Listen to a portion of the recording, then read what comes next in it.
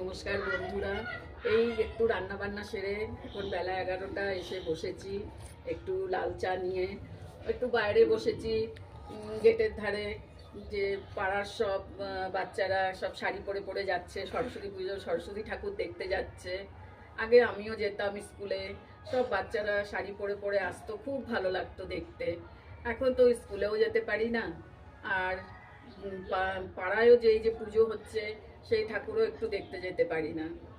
কি করব, তাই একটুখানি গ্রিলের ধারে বসে, দরজার ধারে বসে একটুখানি চা খাচ্ছি। এই সময় আমরা ঘরে একটু সবাই লাল চা খাই। আমি, আমার শাশুড়ি, আমার হাজবেন্ড এই যে পাশে, ইনি চাটা বানিয়ে এনেছেন, খুব ভালো চা বানান।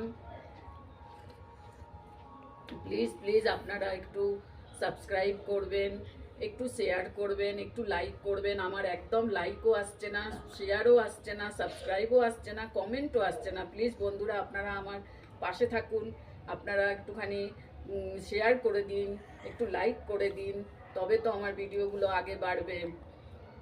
Thank you.